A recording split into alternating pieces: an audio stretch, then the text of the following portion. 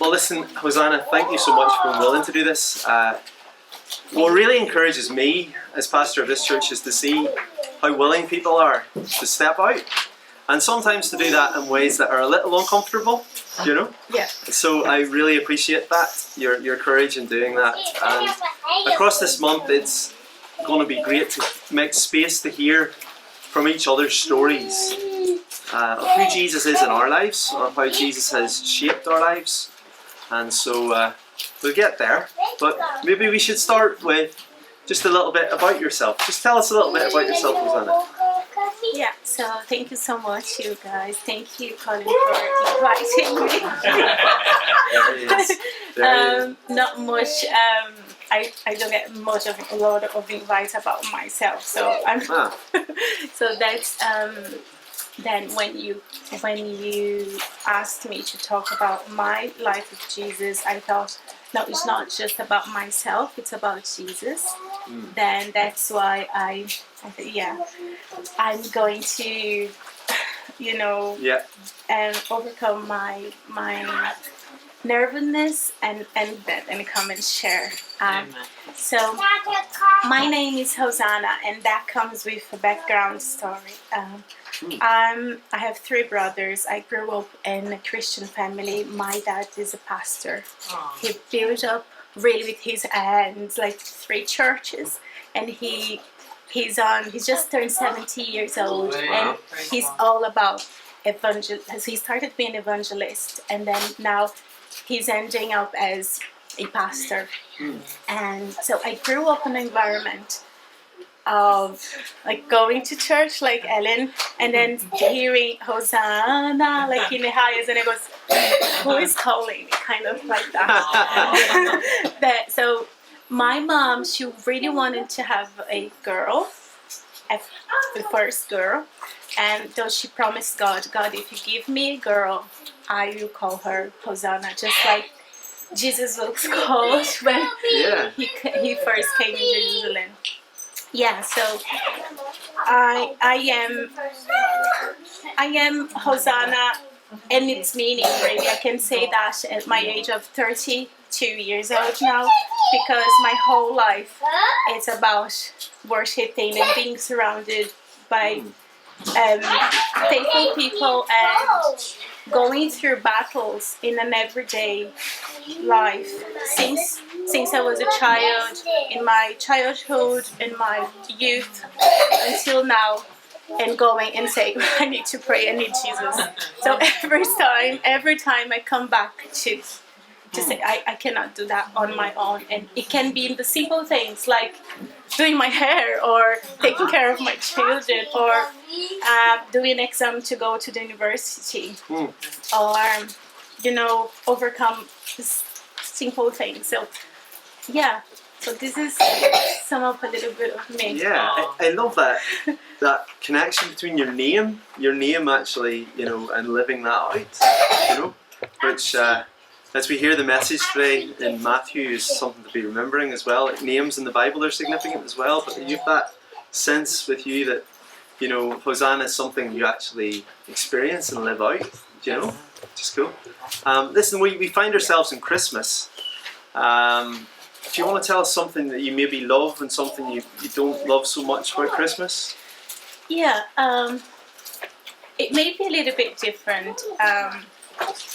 Although I grew up in a Christian family, and so the Christmas as we see here in Europe, like with Christmas tree and changing gifts, the Christmas that Europe does, it's very different from what I grew up knowing. So my parents, they had a strong belief that if Jesus not let us know in the Bible the date of his birth, and as opposed to he did let the date of his death. So they taught me that we should go and celebrate the day of his death, which is our life. So Easter is more. More of a thing. And you can tell more definitely when it was. Yeah. Yes. Yeah. That's it. So I started celebrating Christmas. So I've been living here in Ireland for the past 7 years. Then I started like knowing a little bit more of the way that Yeah. Europeans celebrate Christmas. Yeah.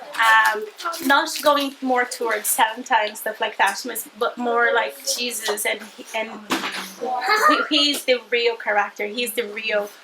So for me, regardless the date, if you were celebrating Jesus, that's what's most important thing for me. But I think it is interesting for you to know that I never had a Christmas tree in my home, like back in Brazil, for instance.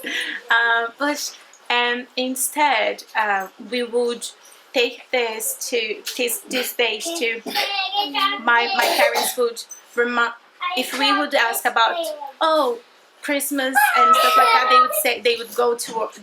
they would tell us about Jesus. So they do not go like, oh no, don't do that. No, they would just kind of guide us to remember, Jesus, but not in the same way we do here. Yeah. Thank you for sharing that. I think it's really helpful for us just to be aware that there's lots of different traditions around the world when it comes to this time of year, or when it comes to marking Jesus coming to earth. What the Bible writers write of, we often call the Christmas story, but actually more truly it's the story of Jesus' incarnation. How we remember that in this part of the world is called Christmas, but it's, even today, and amongst our church family here, we will mark this season differently, because we come from different places as well. So, but as you say, Hosana, bringing us back to Jesus, is absolutely, the place to be. Yeah. And it's just a context of what I've experienced, because in Brazil, that's not something of the culture itself, but more the church and the family that grew up. Yes, was your particular experience, which is helpful to know. So one thing we do remember in Jesus coming is how he came into our lives. He came into our world to rescue us, or to bring us to himself.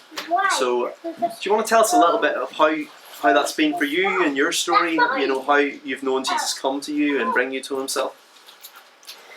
Yeah, even though I grew up on an environment of worship and deliverance as well, so I remember I was a kid and I saw a person being possessed of a demon. And that was like a normal environment, because my parents would, my dad and the other pastors, they used to, like, their life was about praying, go to mount and to pray and fasting. And I saw and then whatever they would say to that person, that's not the person, but the spirit that was in that person, they would submit and obey. Then I thought, well, there is something beyond. That's not. There is a power. There is something there. So then that was. So the fact that I grew up in a Christian family didn't mean much of. Oh, now I am like if you are if you are fish. It's because your parents are fish. That's not a thing. If you grow up being a daughter's pastor, it doesn't mean. PK, alright. Then I had my own experience. So I knew there is a power. There is a God, and there is power in this name, because whatever they would say, the person would do. Like the person would, the demon would obey. And then the person would be delivered and changing lives. So I saw so many people being changed, like being transformed totally, like the fruits, their fruits would be transformed. At the age of 12, I said, Mom, please, I want to be baptized. I really wanted to be baptized. And then she said, are you really sure? Because I think you're too young. And so then, Mom, please, I remember asking her to be baptized, because a little bit before that, I remember having a great kneeling on my bed. I was about 11 years old. I was kneeling, and then I prayed for the Holy Spirit, and I really wanted to have the tongues, to speak in tongues. Then I prayed and prayed, and there was a service where I saw something with my eyes that I cannot explain much better, but I saw the superpower. And I remember that night going to my bed after service, glorifying. I could not help. I fell asleep glorifying God. So at that day, I think was the encounter that I had with Jesus. I was about 11 and 12 years old. And then I asked her, I want to be baptized.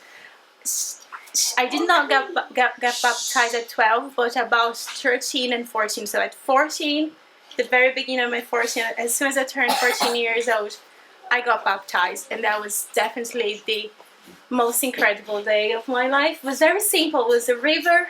There were some people that I loved around. Pastor there was not my dad. And another guy also being baptized. And that was definitely... I remember thinking, I want to die now because I don't have any sin. Really, I thought that for real. I think that pureness is so good at that very first encounter. I wish we could have that every day, really.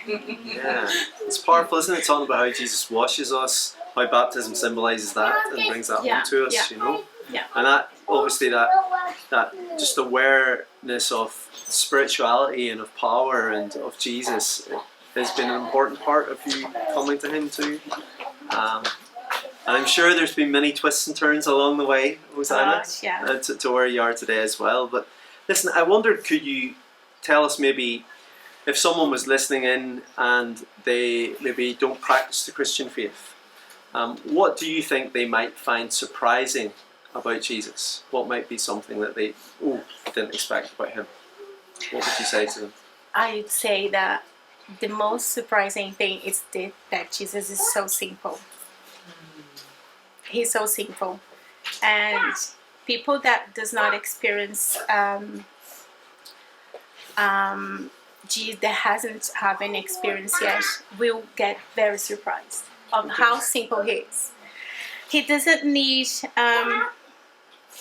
a lot. He's not surprised by our how can I say, talents. He's not surprised because he gave it to us.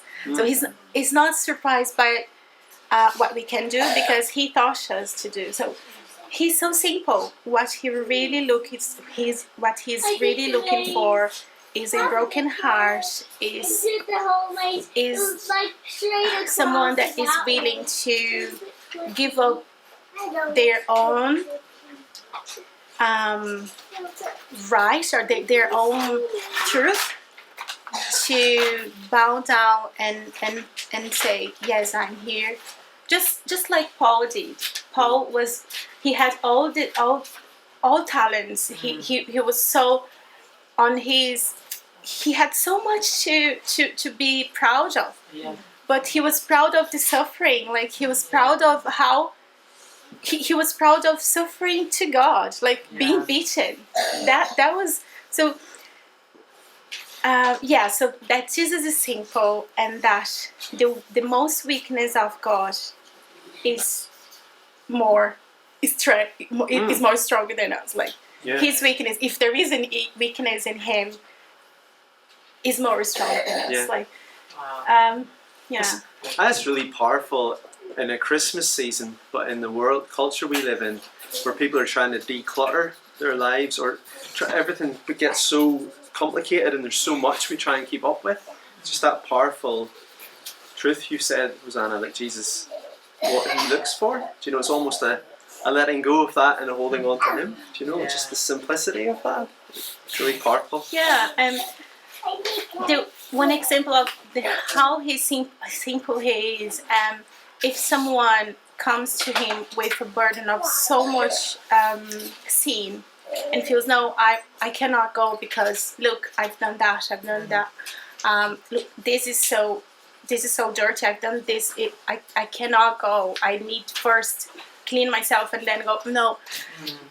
So the simplicity of Christ is that regardless what you've done in your past, if you come and you say, please help, he's gonna do the same for you, regardless of what you've done. So that's the simplicity. Sometimes people would not come and say, God, did you really forgive me? Because that's a lot. No, he's simple. Yeah.